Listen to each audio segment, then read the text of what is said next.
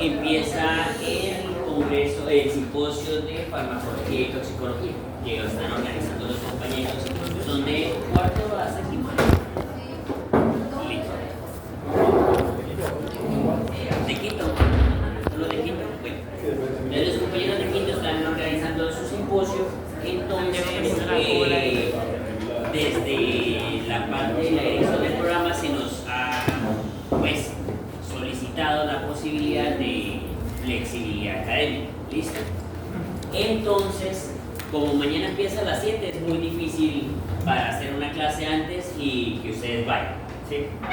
Entonces lo que vamos a hacer es que mañana no vamos a tener clase, ¿listo? Para que puedan estar allá porque la inauguración y todo, ¿sí? Todas las actividades que tienen de pronto preparadas sus compañeros de quinto.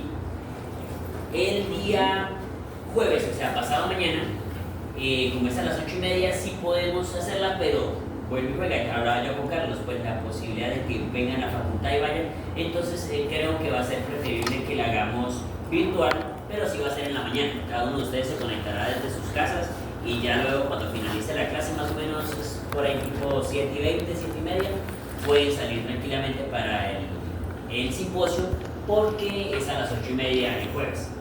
¿Listo? Entonces van a tener tiempo suficiente para salir. Y entonces mañana no hay clase, el jueves nos vemos a las 6:30, pero no presencial, sino la hacemos virtual. Y el viernes sí presencial acá. ¿Listo? A las 8 de la mañana, porque tengo el turno de noche jueves. Entonces, el viernes a las 8 de la mañana. ¿Listos? ¿Preguntas? Ahí ya se corren las instrucciones, ¿no? Sí, porque las exposiciones ya empiezan el día martes, pero ya el martes empiezan 2 presentaciones. Claro, porque el martes tenemos 2 horas, el martes nos podemos ver 2 horas en la tarde.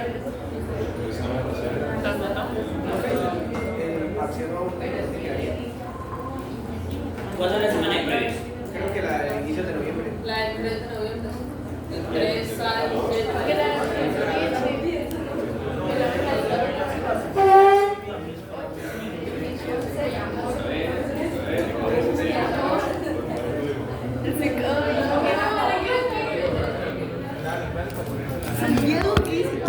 Marica, no encuentro la llave. Marica, no encuentro la llave, será. 4 al 8. En la semana del 4 al 8 tranquilamente podemos hacer la semana de exposiciones. ¿Listo?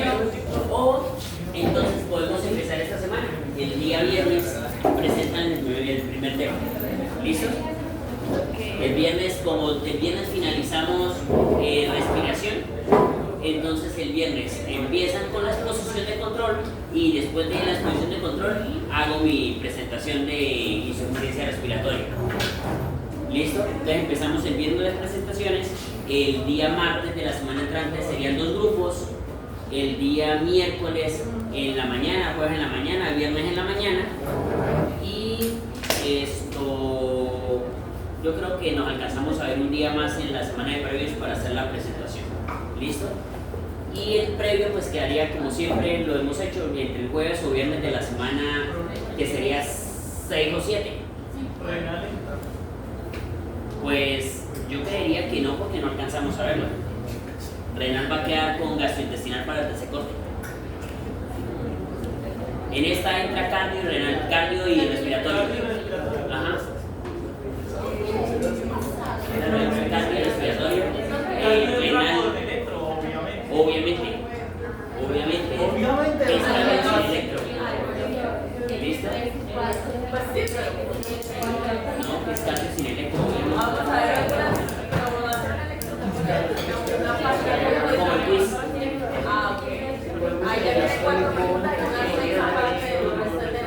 Exactamente, y como es abierto, pues es un poquito más complejo. Pero yo creo que la de ley Ahí vamos bien. ¿Listos? Bueno.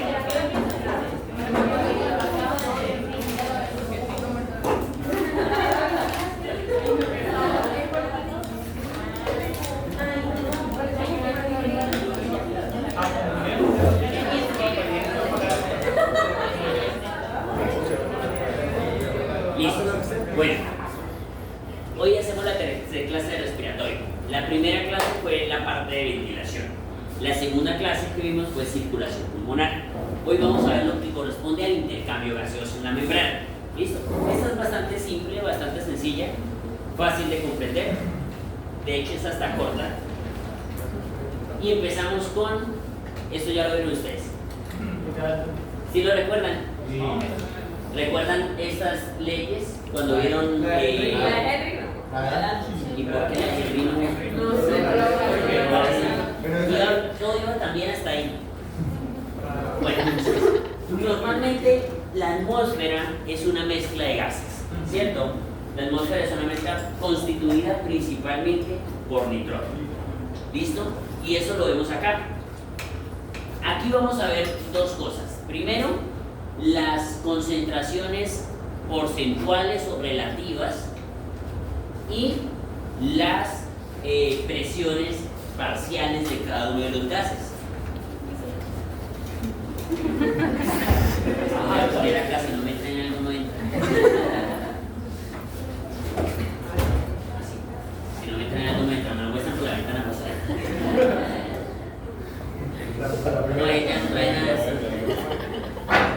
Entonces, vemos las concentraciones parciales. Aquí aplica lo que sería la ley de Dalton. ¿Qué dice la ley de Dalton? Que la suma de las presiones Parciales de la presión. Que la suma de las presiones parciales de los gases que componen una atmósfera o que componen un sistema son equivalentes a la sumatoria total de la mezcla de los gases, ¿sí? Entonces hasta ahí, sencillo, porque la sumatoria de los gases que conforman una mezcla es igual a la sumatoria total. Entonces hasta ahí no hay ningún pierde. Entonces lo que vemos nosotros es eso. Tenemos el nitrógeno que corresponde a 78.62% de la concentración, en este caso relativa de la atmósfera, la constitución relativa.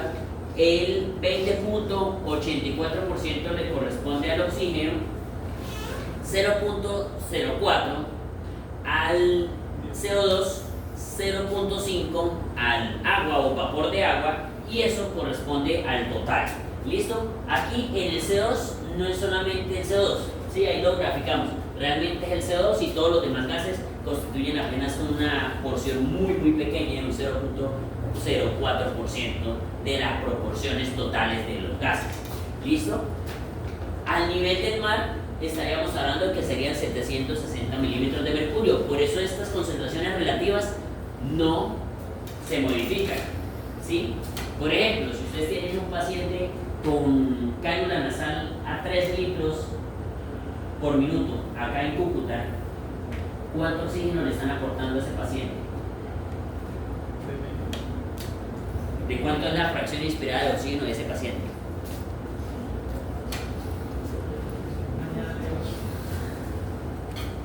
O vamos a hacerlo más fácil. Tenemos un Venturi al 40%. Acá. ¿Cuánto es la fracción inspirada de oxígeno de ese Venturi? 40%, ¿cierto? Ahora, si a ese paciente se lo ponemos ese Venturi en Bogotá, ¿de cuánto es la fracción inspirada de oxígeno de ese Venturi en Bogotá? Es exactamente 40%. Lo que está variando no es, por eso les decía, tengan cuidado con esto, porque no falta que les diga, y eso lo preguntan muy seguido a ustedes de pronto en el Roder, que los quiera acolchar, porque es que siempre los van a acolchar con eso. Y es algo muy común. ¿Por qué? Porque la gente cree que la concentración del gas varía con respecto a la presión total, y están confundiendo lo que es. Eso no pasaron por estadística, porque están confundiendo una relación o una concentración, en este caso relativa, con una concentración neta o una presión neta. Aquí estamos hablando de una presión neta, pero eso con referente a la presión atmosférica, una atmósfera equivalente a 760. Sin embargo, cuando hablamos de porcentajes, cuando ustedes le dicen ¿cuánto es la concentración de oxígeno? 21%. Ah, bueno, listo. Ese 21% es la concentración. En este caso estamos hablando es de la relación o con respecto al total del aire atmosférico, ¿sí? Este es el contenido de oxígeno relativo, no presiones. Contenido relativo. El contenido relativo no varía con respecto a la altura. El contenido relativo podría variar si a estas mezclas de gases le agregamos un gas diferente que no está al inicio. Como por ejemplo lo vamos a ver cuando el aire se humidifica, que vemos que el contenido relativo sí va a cambiar. ¿Por qué? Porque ya no estamos hablando del aire ambiente, sino de una concentración que va a ser variable de acuerdo a factores externos, ¿sí? Entonces, las concentraciones de los gases atmosféricos no varían a no ser que haya una adición externa de un gas o una adición externa que modifique esa constante. Es decir, a no ser que estemos, por ejemplo, no puedo decir que la concentración de aire que hay allá puede ser la misma que hay acá, porque muy probablemente la que hay en este recinto es diferente a la que hay afuera, porque aquí hay personas que están consumiendo oxígeno y eliminando CO2 y no tenemos un sistema de ventilación muy adecuado. Tenemos un aire acondicionado que no es un sistema de ventilación, eso simplemente es un sistema de evaporación que lo que hace es que enfría el aire que hay acá y luego lo vuelve a sacar, es decir, lo pasa, lo fría y lo saca. El sistema como tal no tiene un sistema de ventilación, nosotros no tenemos un sistema de succión cerrada. Lo que hace es que nos permite respirar, es que la puerta no es completamente hermética, sino que tiene pequeños campos en donde las variaciones de presión hacen que se genere un intercambio, y eso hace que en el salón no varíe como tal las concentraciones de oxígeno, pero no va a cambiar. Pero sin embargo, si estamos ahí afuera son unas constantes, por decirlo así, porque lo que produzca o lo que se genere, porque cualquiera puede decir, pero es que estamos en una ciudad, aquí tiene que haber más CO2. La producción neta de una ciudad, si bien puede alterarlo, recordemos que esta proporcionalidad está en lo que es un nivel atmosférico, ¿sí? Y lo que principalmente producen los vehículos son material particulado, que es lo que más contamina, no material netamente gaseoso, ¿sí? Entonces, y de hecho producen mucho lo que son derivados que luego se pueden agregar a hidrogenados o a nitrogenados.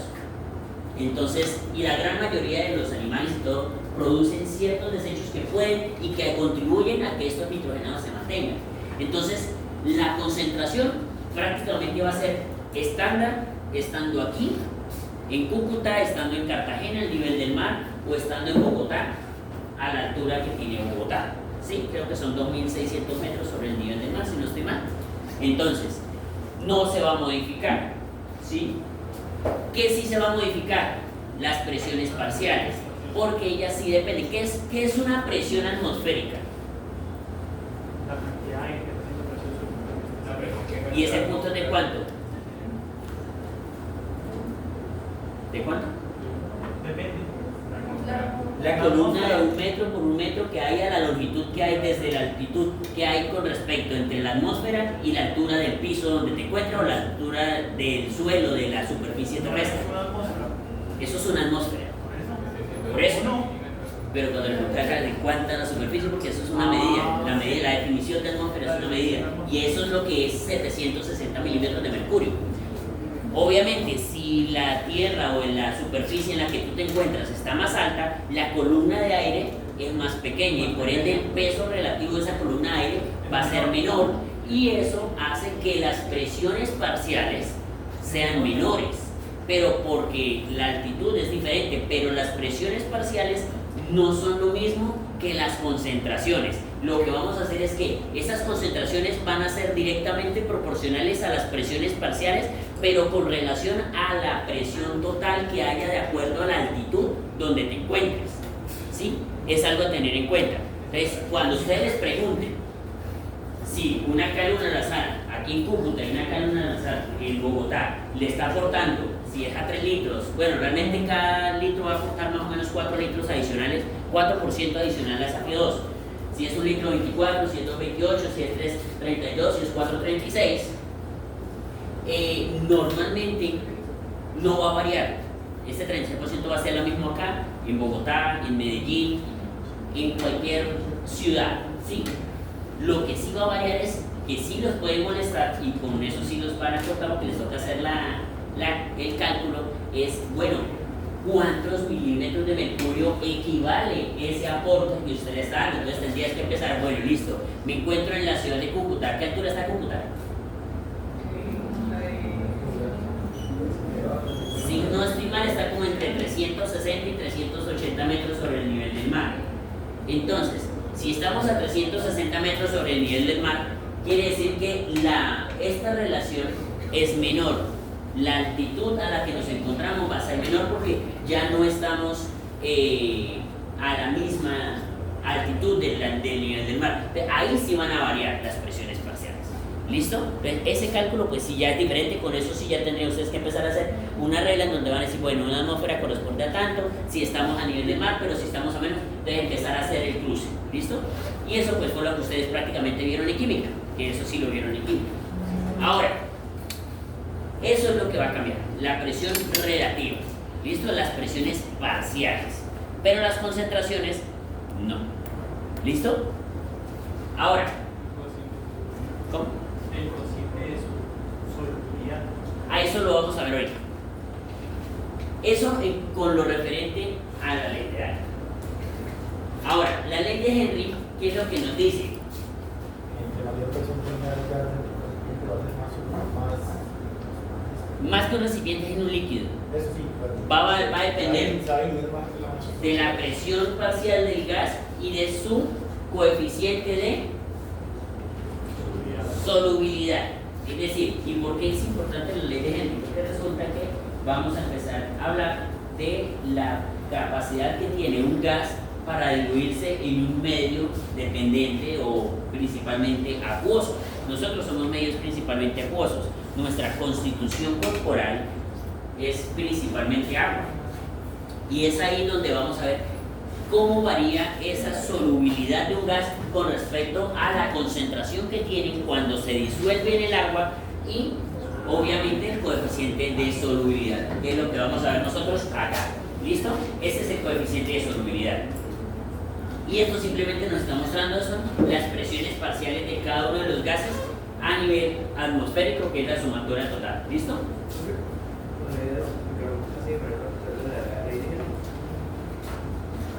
La ley de Henry lo que nos dice es que la concentración de un gas disuelto en un medio líquido va a depender de la concentración del gas que está disuelto, es decir, cuánto gas hay disuelto, y del coeficiente de solubilidad. Por eso es que está esa formulita acá. Eso es lo que nos va a decir que esa es la presión parcial que ejerce ese gas en ese medio acuoso. ¿Sí? Por eso la importancia de, digamos, de tener eso de que es en un medio acuoso. ¿Listo? Esa es lo que nos indica la ley de Henry, que la presión que ese gas puede ejercer en esa agua, en ese medio acuoso, va a depender de la concentración del gas y del coeficiente de solubilidad. Si el gas no tiene un coeficiente de solubilidad muy alto, pues evidentemente no va a generar un intercambio favorable, y ahorita lo vamos a ver. Aquí tenemos nosotros lo que es la presión de vapor de agua. ¿Por qué creen que es importante la presión de vapor de agua? Ahora miren la tablita y cuéntenme qué les llama la atención de la tablita, de esta tablita.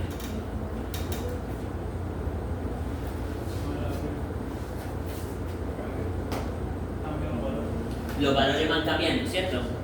¿Qué decir? El agua se vuelve después, o sea, después de la atmósfera, desliquidado al pegar respirado. Resulta que lo que decíamos hace un momento, el aire atmosférico listo, tiene una concentración estándar, pero si ya entramos a un sitio en donde haya una variación, por ejemplo en este caso, aquí el simple hecho que hay un techo, indica que la columna de aire, la presión que hay, ya no es la misma que la presión que hay afuera, ¿sí? Ahora, en este caso vamos a tener dos concentraciones que serían parecidas y una que va a cambiar. Aire humidificado. ¿Qué quiere decir el aire humidificado?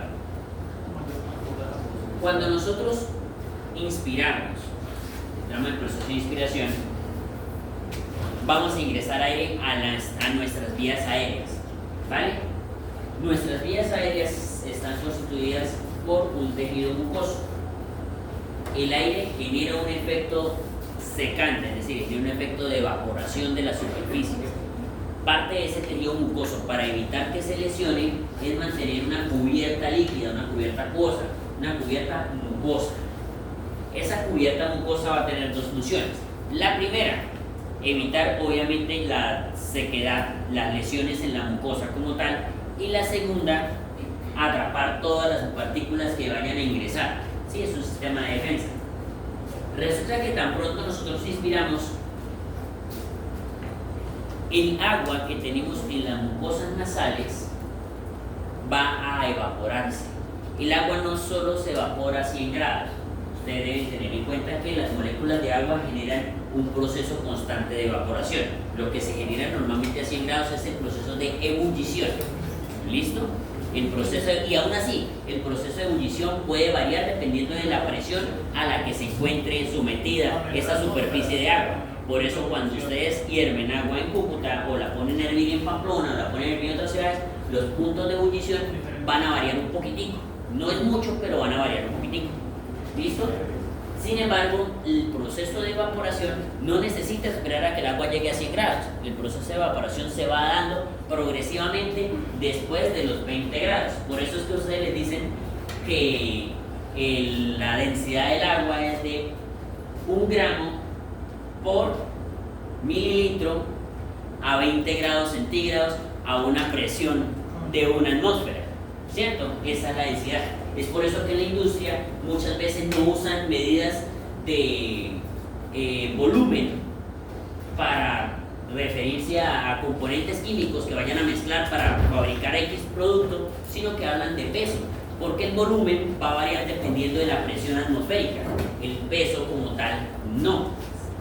¿Sí? Entonces por eso ellos prefieren muchas veces usar, cuando ustedes van de pronto a alguna, si alguien tiene algún familiar que trabaje en alguna zona industrial de fabricación de productos alimenticios, de productos de aseo, todo este tipo de cosas, van a ver que las fórmulas de ellos no dicen agregue 1 litro de agua, agregue 1 litro de algún cloruro, no, agregue 1 kilo de tal, agregue 1 kilo de tal. ¿Por qué? Porque el agua o los componentes líquidos van a variar de volumen. Entonces lo que es 1 litro en Cúcuta, cuando lo tengan a la temperatura y a la altura de una ciudad diferente, ese litro puede que sea un volumen un poquito mayor o un poquito menor.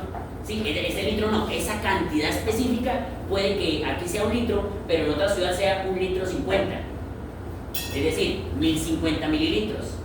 O puede que en otra ciudad con una presión más alta, ese litro, que acá es 1 litro, allá sean 930, 950 mililitros.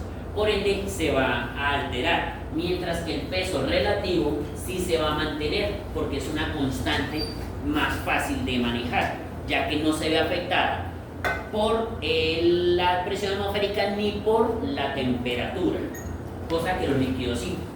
Recuerden que los estados de la materia simplemente son alteraciones vibratorias de las mismas moléculas que están. Si hay mayor temperatura, mayor vibración y por ende se expanden.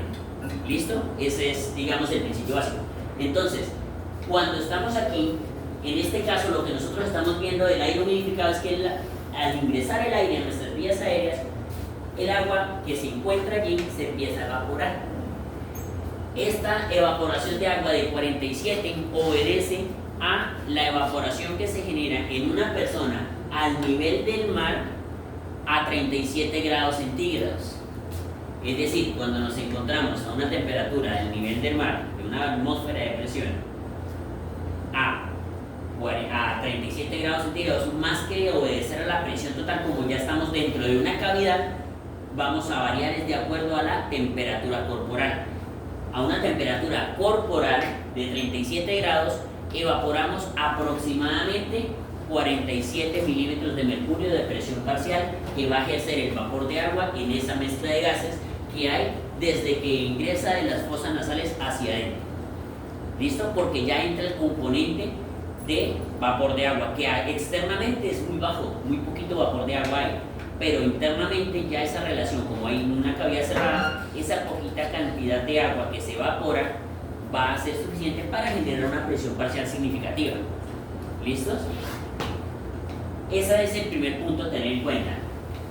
Miren el aire humidificado con respecto al aire. Obviamente, si le agregamos un componente externo que dijimos que pasaba con las demás presiones, van a cambiar, porque la presión va a seguir siendo, si estamos a una atmósfera, dentro de nosotros no va a haber más o menos presión, va a haber una presión similar, pero como dentro de nosotros hay un componente adicional, se tienen que redistribuir las presiones y por ende las concentraciones, lo que hace que esa concentración de 78% ya no sea 78, sino ahí sí baja a 74. ¿Por qué? Porque le agregamos algo Es como que ustedes tienen una mezcla, están preparando un alimento en la casa y le agregaron, en lugar de esa pizquita de sal, le agregaron cucharada y media. Ya ustedes van a percibir inmediatamente la presencia de eso, y si ustedes lo hicieron en química, el volumen de agua que había va a aumentarse, pero tenemos un espacio cerrado y no vamos a poderlo aumentar. Entonces, ¿qué hay que hacer? Sacan un poquito de lo que ya estaba. En este caso, todos los demás sacrifican un poquito. Se sacrifica un poquito de nitrógeno, se saca un poquito de O2, y el que casi siempre se mantiene constante es el CO2 porque es muy pequeña la cantidad. Además de que cuando ingresamos más adentro en las vías respiratorias, nosotros somos productores de CO2. Entonces miren el alveolo. Cuando entramos más a la vía aérea, ya entramos a las cavidades alveolares. Volvemos a cambiar las concentraciones, exceptando ¿cuál? El agua, porque la temperatura sigue siendo 37 grados. ¿Esa concentración en qué momento va a cambiar? En la fiebre o en la hipotermia. Es decir, si usted tiene frío y su temperatura corporal baja, de pronto ya no entra en 47 grados, van a haber 45 o 44 grados. Y si su temperatura corporal sube, ya no van a ser 47 de milímetros de mercurio, ya van a ser 49, 50, porque hay mayor temperatura, más evaporación. ¿Listo? Y obviamente también va a depender de la humedad atmosférica, pero eso lo vamos a ver ahorita. De hecho, esta es la explicación de por qué, por ejemplo, ustedes en un clima más frío se les seca más la boca que en un clima cálido. Ustedes dicen, pero en un clima caliente se nos evapora. No, en un clima frío se va a evaporar más. ¿Por qué? Porque la humedad ambiente que hay es menor. En un clima seco tiene poca humedad y por ende favorece la evaporación de agua. Un clima más bajo generalmente tiene una mayor humedad, lo que hace que en cierta parte de la evaporación de agua no es tan rápida. Entre más seco sea el clima, más agua se evapora, por eso a ustedes se les secan las mucosas. En Pamplona se les secaba y tienen que estar usando chapstick y cualquier cosa en las fosas nasales y en la mucosa labial. ¿Listo? Entonces, aquí, ahora cambiamos. ¿Cuál es la presión que más cambia a nivel alveolar? A nivel de la concentración de CO2, La de CO2, ¿por qué? pues por la producción de CO2 Que salta de 0,3 milímetros de mercurio a una presión de 40 milímetros de mercurio. Es decir, saltamos de 0.04 a 5.3%. ¿Por qué salta esa? ¿Por qué se genera ese cambio? Por el peso molecular del CO2. Por la difusión que se genera de dióxido de carbono del torrente sanguíneo hacia el alveolo. Y más adelante vamos a ver un fenómeno, porque es que el gas alveolar en cada inspiración y expiración, ustedes ingresando, y con este ingreso de aire no reemplazan todo el aire del alveolo, solo reemplazan una pequeña fracción del aire del alveolo. Entonces ese remanente se va reemplazando progresivamente, y eso es lo que les permite un factor de seguridad a ustedes para que no generen un intercambio gaseoso tan brusco con respecto al ambiente. Ese principio lo ven ustedes en dos puntos fundamentales. Cuando ustedes vayan a intubar a un paciente y cuando ustedes estén manejando un desequilibrio ácido-base en un paciente con EPOC o con enfermedad renal. Ahí ustedes van a acordarse de esto maravillosamente.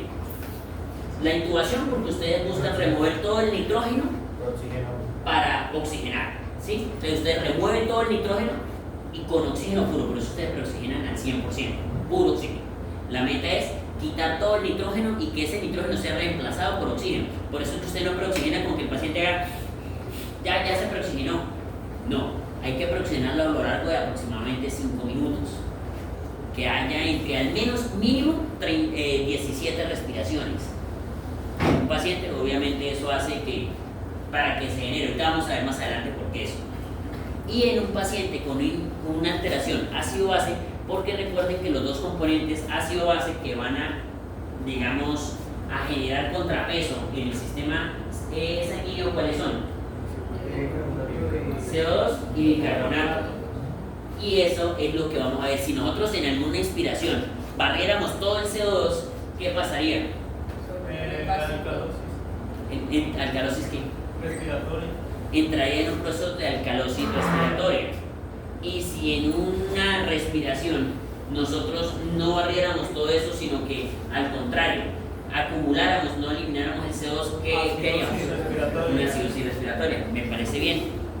El viernes vamos a ver eso y eso pues va a ser el siguiente quiz que se va a realizar. Entonces eso es favorable. ¿Listo? Entonces, aquí vamos viendo eso, ¿vale? Aquí se varía, nosotros vamos a producir CO2. Por eso las concentraciones vuelven a cambiar, sobre todo las presiones parciales. ¿Listos?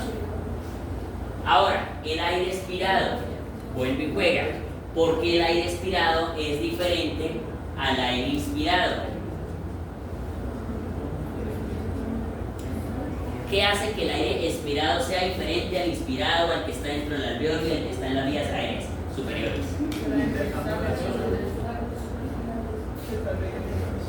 Porque vamos a mezclar el gas que viene del alveolo con el gas que hubo en el espacio muerto anatómico, y el espacio muerto anatómico conserva las características del gas humidificado, pero que todavía no ha entrado en contacto con la respiración. Y por ende, en este caso vamos a hacer la respiración, entendiendo como respiración el intercambio gaseoso a nivel de una membrana y una superficie membrana y capilar. ¿Listo? Entonces, este aire no ha entrado en contacto con respiración, este sí.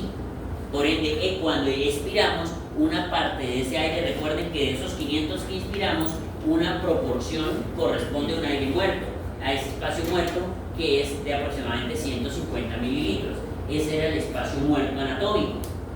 Ese espacio muerto anatómico no va a entrar en contacto con esto y por ende esta mezcla es diferente a esta, es menor que la atmosférica, pero es mayor que la alveolar y que la humidificada en algunas variaciones, porque todo depende de la mezcla que se genera. Es por eso que el aire expirado cambia nuevamente. ¿Listo? Y esto va a ser un principio, digamos, importante para cuando veamos lo que es los shunts que se van a dar y cuando vemos ese cociente de ventilación-perfusión hacia dónde se va, si hacia cero o hacia infinito.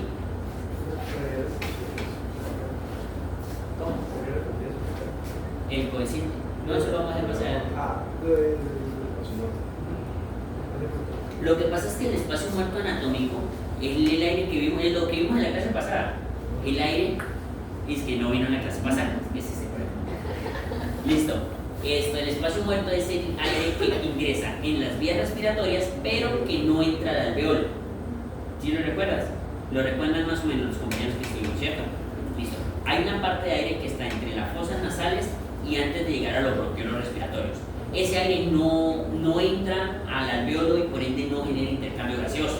¿Sí? De los 500 mililitros que más o menos tiene lo que es una respiración espontánea de una persona aproximadamente, esos 500, más o menos 150 corresponden a ese espacio muerto, a lo que hay en las fosas nasales, en la vía aérea, hasta los bronquios. Y luego en los otros 350 sí corresponden al que ingresa al alveolo. Por ende esos 350 sí se cambian. Pero cuando expiramos, recuerden que nosotros expiramos tanto el aire del alveolo como el que hay en ese espacio muerto. Y por eso es que la mezcla que sale viene aire alveolar mezclado con aire que no se ha entrado en intercambio gaseoso y por eso la variación de las concentraciones. ¿Listo? ¿Alguna pregunta todavía? ¿Sí? ¿Bien? No, sino que sí me hice entender. Listo. Entonces, hasta ahí, bien. Ahora, dijimos que hay unos factores que van a afectar directamente esa difusión de gases. Y ahí entra otro principio, y esta, ley de Fick. ¿Cómo que no? ¿Esa sí la vieron? Bien, sí la vieron. Que no se acuerdan, pero sí la vieron. Buscamos en el peso. En el contenido programático.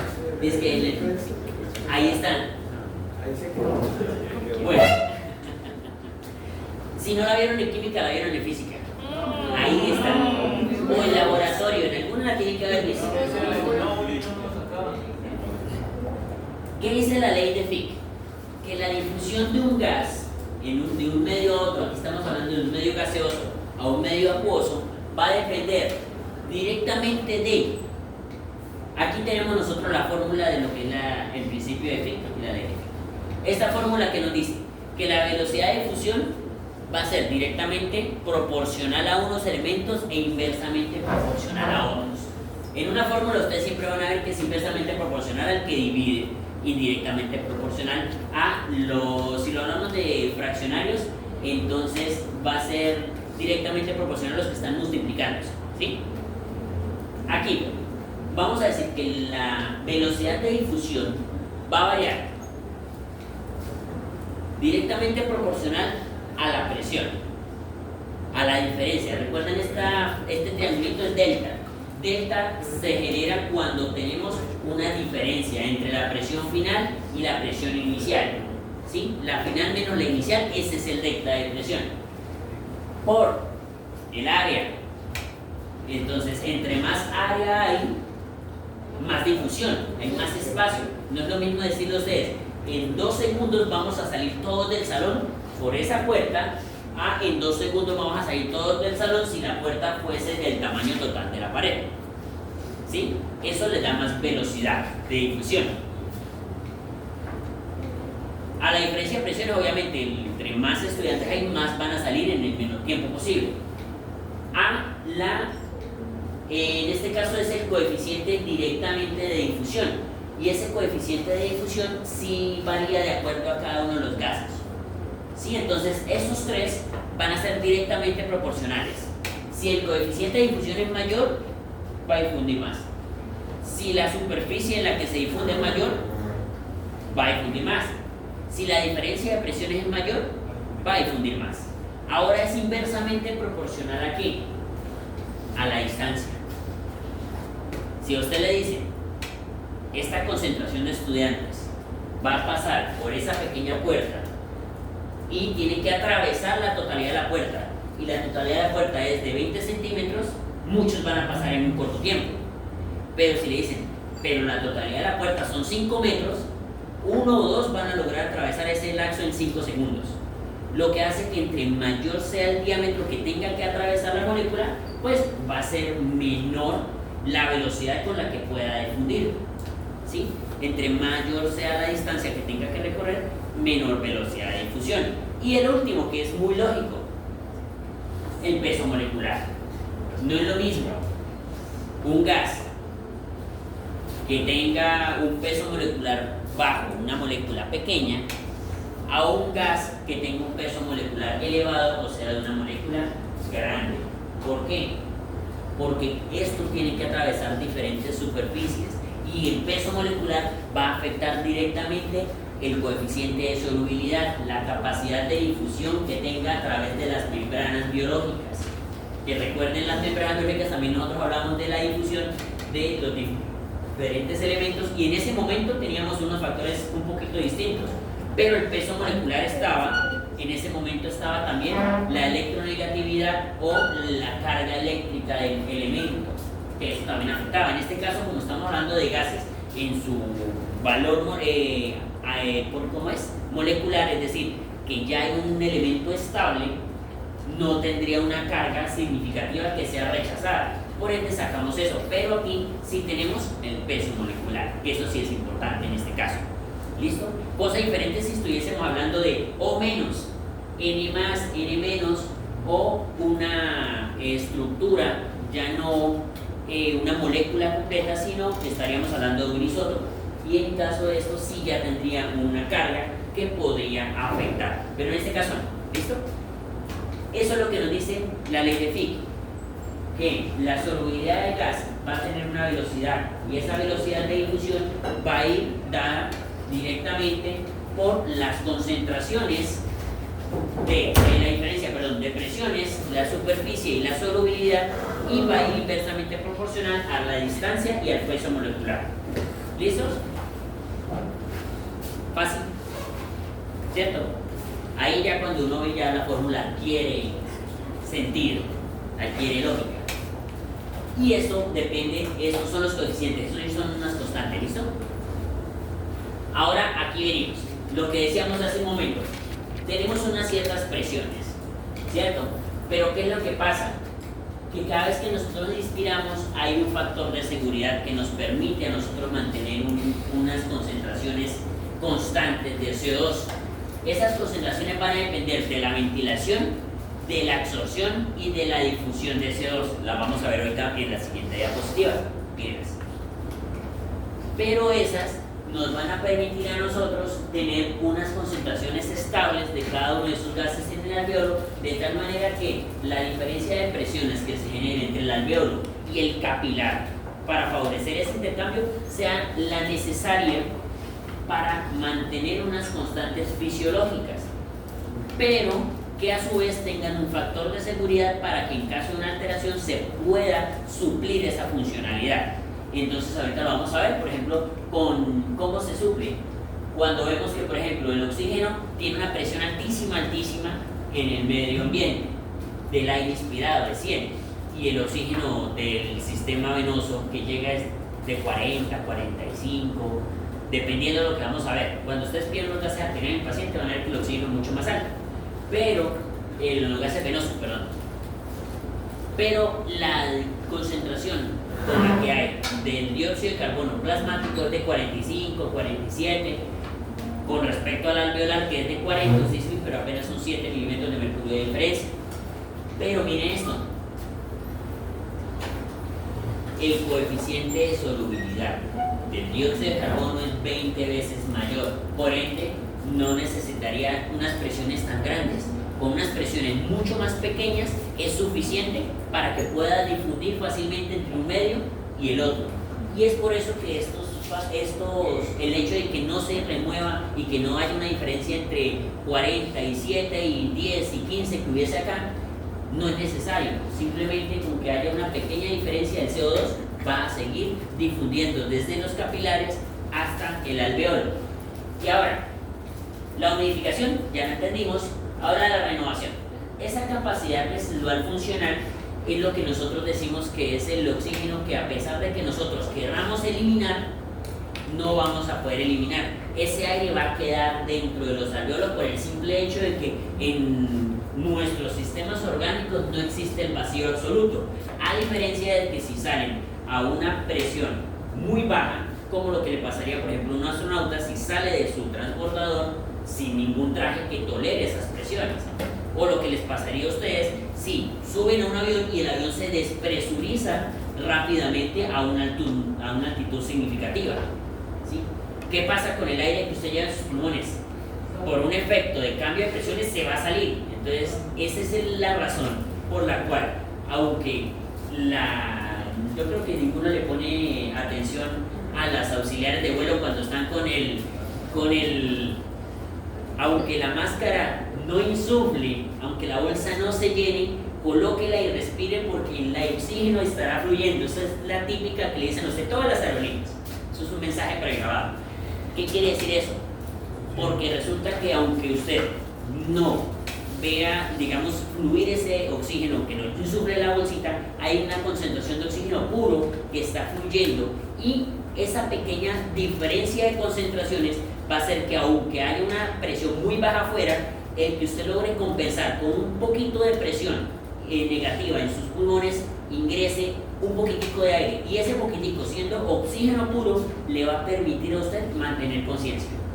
No estamos hablando de que usted le permita hacer una maratón, no, le va a permitir mantener su estado de conciencia, para que en el caso de que el avión descienda y usted vaya a evacuar, tenga estado de conciencia suficiente para evacuar.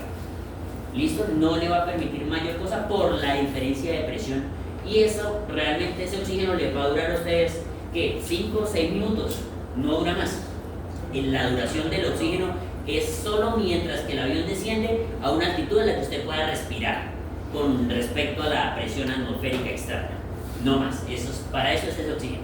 Entonces, lo que hace este margen de seguridad es que usted en cada inspiración solo vaya cambiando un poquito del oxígeno que hay en el alveolo. Cada vez que usted inspire y expire, solamente va a eliminar un poquito. Entra un poquito, esos 350 mililitros se distribuyen en todos los alveolos y van intercambiando, de tal manera que este estudio que muestra esa gráfica, según Gayton, se la hacen cuando le piden a una persona que inspire un gas marcado y posterior a 17 respiraciones, si no estoy mal, fueron 16 o 17, le toman como una muestra a ese área alveolar y resulta que todavía, sí, 16ª, miren, a las 16 respiraciones, todavía hay parcialmente gas marcado con ese marcador que usaron. Entonces, lo que nos indica que a pesar de que han pasado 16 respiraciones, ¿cuántas promedio de respiraciones normales de una persona? No, menos. Depende, si está en un estado basal entre 12 y 16. Si ya cuando empezamos 20, 22, 24 en un paciente en un estado basal, de ahí sí uno está respirando como muy rápido. Un paciente sano, ¿no? Ya cosa diferente a un paciente patológico que es normal que haya 22, 23, 21, porque el paciente está con una capacidad diferente a la normal, ¿sí? A la fisiológica. Entonces, en este caso, lo que va generando eso es que como no se cambia todo el oxígeno, va generando un margen de seguridad de tal manera que la presión que hay dentro del alveolo es suficiente para permitir el intercambio, pero también para que no se intercambie más del que se necesita. ¿Listos? Y aquí tiene esa concentración, y es que esas concentraciones van a variar de acuerdo a la velocidad de la respiración. Entonces, si nosotros disminuimos la respiración, las concentraciones van a aumentar. ¿Por qué? Porque aquí viene lo que vamos a ver en un momento, y es esto. Los factores que van a hacer que el oxígeno y el dióxido de carbono dentro de los alvéolos pueda variar. El oxígeno depende de dos constantes: de la velocidad de absorción y la velocidad de ventilación. Si usted absorbe más oxígeno, que dijimos la vez pasada, ¿cuántos mililitros se absorbían?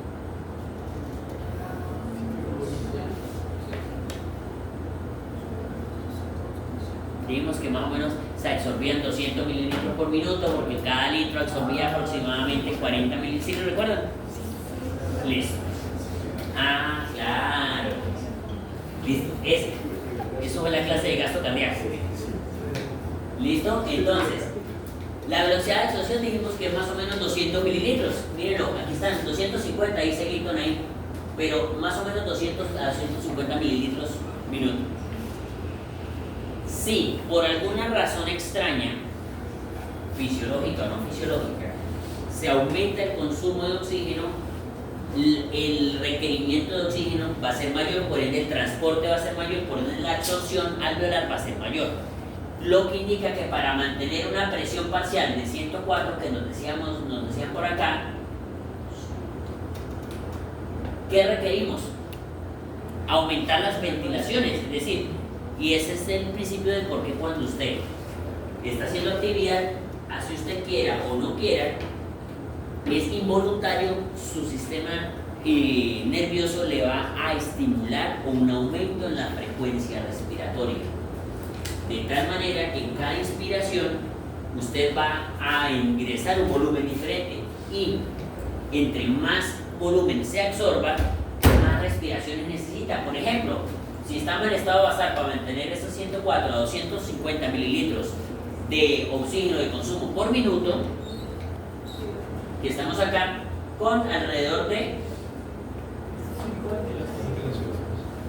sencillo, litros, no estamos hablando de litros, 5 litros por minuto. Aquí vamos a hablar de volúmenes. ¿Listo? ¿Qué es lo que dijimos la vez pasada? ¿De por qué litros? Porque eran 500 mililitros por aproximadamente entre 10 y 12 respiraciones por minuto. ¿Sí lo recuerdan? Que decíamos que era más o menos entre 5 litros y 5 o 6 litros. Entonces, en este caso, para mantenerla con 5 litros, la mantienen. Esos son 10 respiraciones de 500 mililitros. Que en este caso podrían ser las 12, porque recuerden que no son 500, sino 350 por cada inspiración, que van a llegar hasta el alveolo. Ahora, si aumenta el consumo de oxígeno, la demanda, y se transporta, se absorbe más, para mantener esa concentración, ¿qué hay que hacer? Aumentar el volumen. ¿Y cómo se aumenta el volumen? Aumentando probablemente la profundidad de las inspiraciones y la frecuencia respiratoria. Para mantener esa presión de 104, cuando generamos una demanda de aproximadamente 1000 mililitros por minuto, es decir, una demanda 5 veces mayor a la basal, 4 veces mayor a la basal, perdón, la necesidad de ventilación es equivalente, más o menos 4 veces superior a la basal. ¿Listos? De eso depende la concentración de oxígeno dentro de los alvéolos. Ahora, la de dióxido de carbono, parecida pero inversa. ¿Por qué? Porque resulta que si bien hay uno que sería la ventilación alveolar, que la vamos a tener nosotros acá, la velocidad de entrada del nuevo dióxido de nuevo oxígeno, aquí vamos a tener uno, en lugar de ser velocidad de absorción, esto va a ser velocidad de excreción, es decir, cuánto dióxido de carbono eliminamos nosotros. Ya no es el que absorbemos, sino el que eliminamos. Pero esto es imparable. ¿Por qué? Porque a medida que nosotros aumentamos la demanda de oxígeno, también aumentamos la excreción de dióxido de carbono. Porque así como consumimos oxígeno para el metabolismo, el metabolismo final de las glucosas, ¿qué es? ATP y CO2 por la oxidación de la glucosa. Exactamente. Entonces, si nosotros eliminamos CO2, ¿cómo lo vamos a eliminar? Por vías respiratorias. Entonces, si aumentamos el consumo de oxígeno, vamos a aumentar la eliminación de dióxido de carbono. Y por ende, es la gráfica inversa. Si aumentamos en este caso, sí, lo que hacemos es aumentar la excreción, es decir, en este caso la excreción es de 200 mililitros por minuto. Si la aumentamos a 800, lo mismo. Requerimos para mantener esa presión de 40, necesitamos aumentar la velocidad. ¿Y cuánto lo aumentamos? Equivalente a la que aumentamos para la mayor demanda de oxígeno. ¿Listos? Entonces, la ventilación alveolar nos va a controlar ambos, el oxígeno y el dióxido de carbono. Pero la concentración alveolar de dióxido de carbono no va a depender de la absorción, sino de la excreción, mientras que la de oxígeno sí va a depender de la absorción. ¿Listo? Y eso es importante para los ejemplos en donde les dicen a ustedes que si hay una obstrucción de la vía aérea, ¿cómo va a variar esta concentración de oxígeno? Entonces la concentración alveolar va a disminuir, pero la de dióxido de carbono probablemente se va a aumentar o se va a mantener constante a la que tenga en sangre. Mientras que si hay una alteración en la perfusión, que el alveolo esté bien ventilado, pero no está perfundido, el dióxido de carbono no va a haber, porque la concentración de dióxido de carbono dentro del alveolo depende directamente de la perfusión, porque esa perfusión es la que va a aportar la excreción. Es por eso que en el coeficiente de ventilación-perfusión, cuando les pongan algún ejemplo sobre la ventilación alveolar, van a ver que la ventilación alveolar no va a tener dióxido de carbono, pero sí va a tener oxígeno cuando hay una alteración de la perfusión. Mientras que cuando la alteración es de la ventilación, vamos a tener diferente, vamos a tener probablemente una concentración alta de dióxido de carbono, pero una concentración muy baja de oxígeno. Y esto era lo que les decía hace un momento. El aire expirado no solamente es una concentración del aire que llega al alveolo, sino que va a ser una concentración mezclada entre el aire que está en el alveolo y el aire que está en el espacio muerto. Entonces, este sería el aire alveolar. Este es el aire del espacio muerto mezclado y este es el espacio muerto puro. El aire que expiramos nosotros es este, que es la mezcla, ¿listo? Por eso es que a usted le dicen, en un experimento, cuando quieren conocer la concentración del aire alveolar, ¿qué es? Soplan, hacen una expiración forzada. El primer volumen que sale va a tener unas concentraciones altas de oxígeno, porque es el volumen del aire del espacio muerto. Pero a medida que usted sigue expirando, sigue soplando, va a ir disminuyendo la concentración de oxígeno. ¿Por qué? Porque aquí luego de eso, después de aproximadamente 150 mililitros, 100 de aire puro, luego los 50 se diluyeron y se mezclaron, va a haber un aire mezclado y luego, ya después de que se eliminen más o menos 250 mililitros, de ahí en adelante lo que va a salir es puro aire alveolar. ¿Listos? Y eso es lo que nos demuestra esta gráfica. Y aquí tenemos lo que vamos a conocer nosotros como una unidad respiratoria. Normalmente la difusión de los gases se da a través de estos dos. La unidad respiratoria está conformada por, ¿qué es esto? Ahí dice bronquiolo respiratorio, si no sirve para quitarle los nombres. Sí. Un bronquiolo terminal, un bronquiolo respiratorio, como ustedes lo veían, decía que tenía una capa muscular muy pequeña, ya más que todo era un tejido de membrana respiratoria que le va a permitir intercambiar, es decir, todo el aire que llegue al bronquiolo terminal, bronquiolo respiratorio y los acinos alveolares va a generar intercambio gaseoso. ¿Listo? ¿Y cómo se va a dar? Así, mire, más o menos esto es lo que nosotros estamos viendo. Esta es la forma tridimensional, esto sería como una placa cuando la cortan transversal, y vamos a ver que hay un alveolo y muchos capilares, y a su vez una vena y una arteria. En este caso recuerden que esta vena y esta arteria va a ser la que va difundiendo los componentes, ¿listo? Va difundiendo tanto el oxígeno como el dióxido de carbono, en este caso serían invertidas, por eso la marca aquí, que sería en la sangre no oxigenada que viene de la arteria pulmonar, y la sangre oxigenada va hacia las venas pulmonares. ¿Listo? Y hay muchos capilares, es decir, cada alveolo prácticamente es como si ustedes recuerdan esas decoraciones que ven en algunas casas, que es un globito que está enrollado de puros hilitos. ¿Nunca los tienen visto? En Navidad la sacan por todos lados. Eso. O los típicos de los niños que cargan el globito con lucecitas enrolladitas ahí. Hagan de cuenta, eso es un alveolo. Y esos cablecitos son muchos capilares, así como lo ven ahí, capilares dándole vueltas por todos lados. ¿Por qué? Porque necesitan aprovechar al máximo la superficie del alveolo para generar intercambio. Y de esa manera se genera el intercambio. ¿Cómo? Tenemos lo que es la unidad respiratoria, en este caso la membrana respiratoria. Esa membrana va a ir por capas dentro del alveolo hasta el capilar. ¿Cuál es la primera capa que hay del alveolo al capilar? ¿Qué hay entre el aire y la membrana? Surfactante. Hay líquido y surfactante pulmonar. Después vendría en este caso sería la capa, el epitelio.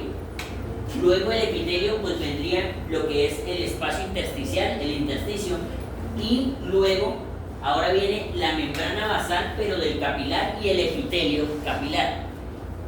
Los ciclos más gruesos, de hecho, miden entre 4 y 6 micrómetros, que si ustedes lo miran es inclusive más pequeñito que lo que es un alveolo, es más, que lo que es un eritrocito.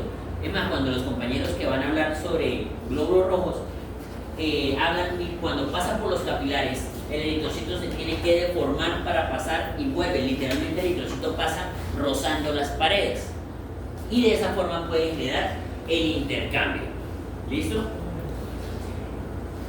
Hay unas pequeñas partes en donde es un poquitico más gruesa, y es donde están los núcleos, tanto del epitelio alveolar como del epitelio vascular, en este caso el epitelio capilar. Donde están esas pequeñas zonas de los núcleos hay un poquito de engrosamiento, pero esta membrana es la más importante para el intercambio. Cuando hablábamos la vez pasada de una alteración en esos equilibrio osmótico del líquido, que las presiones de salida y de entrada, este espacio intersticial es el que se llena de líquido. Al llenarse el líquido, el espacio, las membranas que están así, ¿qué pasa? Se separan las dos membranas alveolares y capilares porque el intersticio se llenó de líquido, y por ende la distancia que hay entre un lado y el otro se aumentan, y la distancia es inversamente proporcional a la velocidad de difusión. Por ende, esa distancia va a empeorar. Por eso los pacientes con edema del pulmón hacen insuficiencia respiratoria, porque a pesar de que quieran meter aire, no difunde adecuadamente. ¿Listo? Ahora, ¿cuáles son los factores que van a afectar? Es parecido a lo que ya vimos, a los que estaban en la misma ecuación de Fick. En este caso, el grosor de la membrana es equivalente a la distancia. El área de superficie de la membrana es lo mismo. El coeficiente de difusión ya lo metimos. Y la diferencia de presión, es decir, si hay mayor o menor presión entre el alveolo y el capilar. Aquí no metemos el peso molecular porque ya no estamos hablando del gas, estamos hablando de la estructura anatómica. ¿Listo?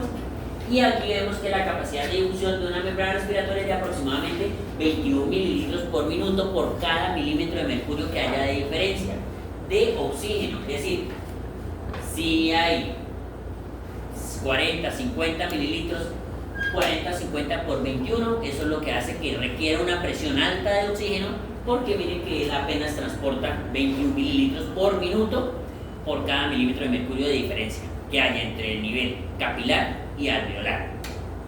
Entonces, profe, ¿usted vio la diferencia entre meter oxígeno hiperbárico o meter oxígeno personal? Es que cuando usted está en una cámara hiperbárica, usted aumenta, primero, normalmente tiene una concentración de oxígeno porque la mayoría de veces es pura. Usted controla la concentración. Y lo otro es la presión, por eso es hiperbárica. Es una presión mayor. Usted estaría, si usted está en una zona, usted puede poner 1.5 atmósferas, 1.2 atmósferas, las atmósferas necesarias. Aunque parezca insignificante, el simple hecho de que haya un poquito más de la presión basal favorece significativamente la mecánica respiratoria. ¿Listo? Ahora, eso es el oxígeno, pero miren el dióxido de carbono, que recuerden que tiene un coeficiente de difusión 20 veces mayor. Es esperable que tenga una velocidad de difusión 20 veces mayor por cada milímetro de mercurio de diferencia. Entonces, con 5 milímetros de mercurio es suficiente para que transporte más de 1 litro por minuto.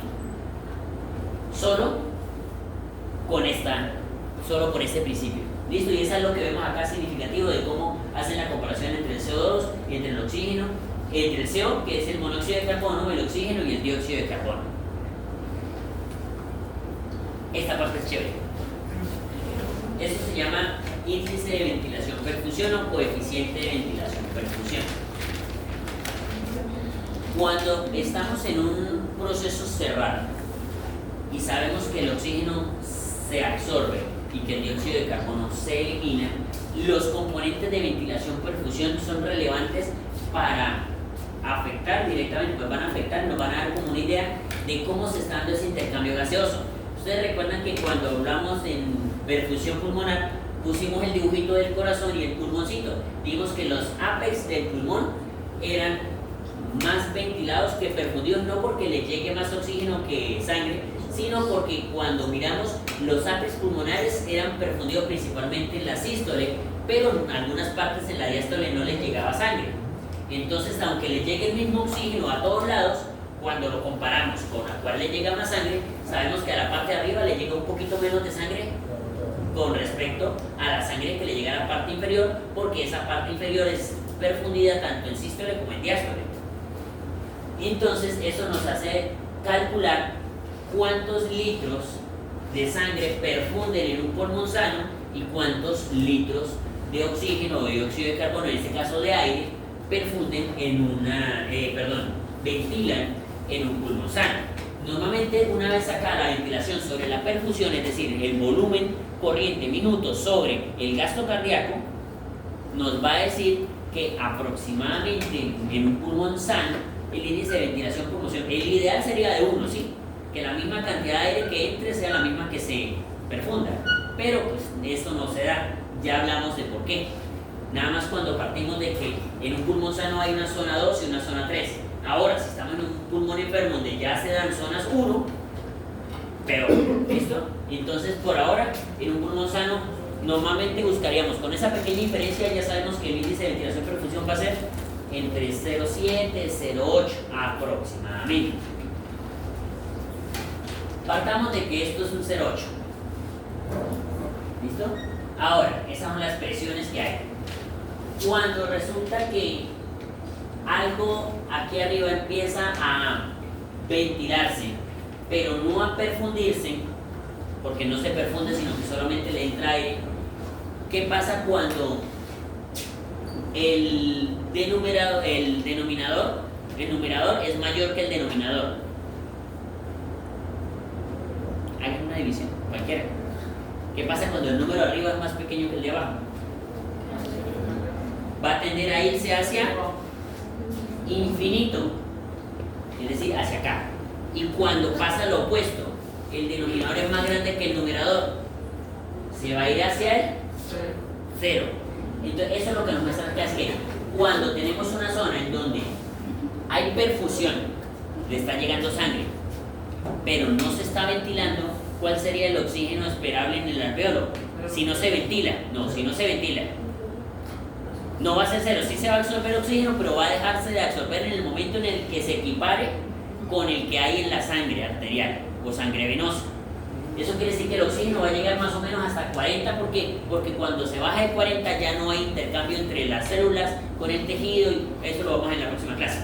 Pero va a ser ese aproximado. Pero, o sea, de cierta manera, por así decirlo, que haya una diferencia entre la cantidad de oxígeno respecto a la que hay en la sangre es lo que permite tener una difusión. Claro, esa es la diferencia de presión. Y esto entonces, si nosotros tenemos el alveolo va a llegar al punto en donde va a generar, el alveolo va a tener el 40%, el 40 mililitros de mercurio de oxígeno. ¿Por qué? Porque el oxígeno, a pesar de que el alveolo es mayor, se va a ir disminuyendo progresivamente hasta que se llegue a la misma que hay en la sangre. Como ya no hay diferencia, se va a dejar de absorber. Y el dióxido de carbono lo mismo, él se excreta hasta que el alveolo tenga la misma presión que hay en la sangre y va a dejar de excretarse, no se va a movilizar. Por ende, un alveolo que sea perfundido pero no ventilado, estas serían las presiones dentro de ese alveolo, y por ende va a tender hacia 0. Eso es un coeficiente de ventilación-perfusión que va a tender hacia 0. Y esto va a ser un shunt que luego lo vamos a ver. Ahora, cuando el coeficiente de ventilación-perfusión pasa a lo opuesto, y es que la zona está ventilada pero no profundida, el oxígeno va a tener prácticamente la misma concentración que el aire atmosférico. Y el dióxido de carbono va a estar 0, porque el dióxido de carbono depende de que llegue sangre. Si no llega sangre, no hay perfusión de dióxido de carbono, va a ser de 0. Y el shunt, en este caso, el ventilación-perfusión, el índice va a ir a infinito. Y eso nos dice que hay una patología que está afectando la perfusión.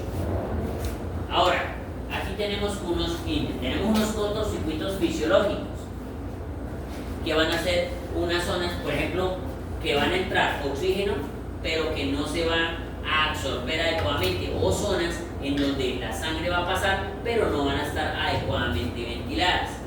Pero ahí van a haber dos cosas. Una cosa es el cortocircuito fisiológico, que no debería haber, porque ese cortocircuito fisiológico debería ser la sumatoria. Si lo vamos a mirar contra el oxígeno ambiente y el oxígeno expirado, pues va a ser la sumatoria del oxígeno que había dentro del alveolo, pero también con la del espacio muerto. Entonces va a haber en cierta parte un espacio muerto que va a ser acá, y va a ser el de las presiones arteriales y la presión expirada de oxígeno, ¿sí? Ya sabemos que ahí van a ir sumados tanto el oxígeno, el aire alveolar, con el aire del espacio muerto. Entonces, digamos, no debería haber un shunt, pero lo va a haber porque ese oxígeno, ese aire que hay en el espacio muerto no se absorbe, ¿sí? Entonces simplemente va a generarse un cortocircuito. Pero cuando tenemos, por ejemplo, un shunt pulmonar, un shunt alveolar, que es cuando hay una zona que está perfundida pero no está ventilada, ¿hacia dónde va a tender a ir ese shunt alveolar? O ese coeficiente de ventilación-perfusión, ¿hacia dónde se va a ir? Si está ventilada, perfundida pero no ventilada. Entonces dijimos que estaba perfundida pero no ventilada. Eso quiere decir que del numerador y denominador, el número más chiquito va a ser la ventilación. Y cuando dividimos un número pequeño por un número grande, el resultado va a ser hacia 0. Ahora, si hacemos lo contrario y tenemos un shunt de espacio muerto, ¿por qué espacio muerto? Porque se está ventilando, pero se está comportando como el de la tráquea. Llegó al alveolo, pero no hay perfusión, entonces no hay intercambio. Entonces, eso como que es equivalente a como si fuese el espacio muerto que está en la vía aérea, que no se puede generar aquí intercambio. Entonces, ese espacio muerto va a tener a ir hacia infinito. ¿Por qué? Porque en este caso el índice de perfusión va a ser menor, que en este caso sería el denominador, y por ende el número va a ser más grande, es decir, va a ir hacia infinito. Aquí hay dos ejemplos. ¿Esto qué son? Esto sería una placa sana. No del todo, pero sana. ¿Y esto qué es? No, eso es una neumonía. Pareciera una telestasia, no es tan grande. Son más chiquitas y normalmente las vemos un poquito más abajo, pero del tamaño que en el sitio donde está ubicado, eso es una neumonía. ¿Vale? De hecho, es que ustedes de pronto no la ven bien, pero aquí habría un broncograma de ¿Listo? Eso sería una neumonía. ¿Qué es una neumonía? Un proceso infeccioso que está generando ocupación del espacio aéreo por pus. Es decir, el alveolo se está llenando de pus por la reacción inflamatoria. Si el alveolo está lleno de pus, no le entra aire, ¿cierto? Este índice de ventilación perfusión ¿hacia dónde va? El número de ventilación es más pequeño que el de perfusión. Se va a ir hacia cero. Ahora, si hacen un acto de fe, estos son unos trombos que están obstruyendo la arteria pulmonares. Obviamente el trombo puede ser así de evidente o pueden ser microtrombos pequeñitos que están haciendo tromboembolismos muy pequeños. Eso obviamente lo ve cualquiera, ¿sí? En este caso, el camillero que va transportando el resultado del examen al médico le dice, una trombosis. Ya. Listo, no todos se ven así, hay muchos que hay que hacer actos de fe muy berracos para ver el pequeño coagulito. Listo, los radiólogos son muy creativos y ellos sí lo ven. Listo, entonces, aquí, ¿qué se está afectando? La perfusión, ¿cierto? El alveolo puede estar llenándose de aire, pero no está llegando sangre para hacer el intercambio. Por ende, ese índice de ventilación perfusión ¿hacia dónde se va? No hay conexión de ventilación. Infinito. Claro, porque el denominador es más chiquito. Y cuando el denominador es chiquito, el numerador es mayor y por ende la división va a ir hacia infinito. Usted va a dividir cualquier número por cero y la calculadora le dice match error. ¿Sí?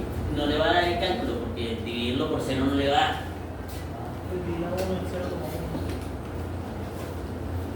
Preguntas, dudas, sugerencias, reclamaciones. Unas cosas de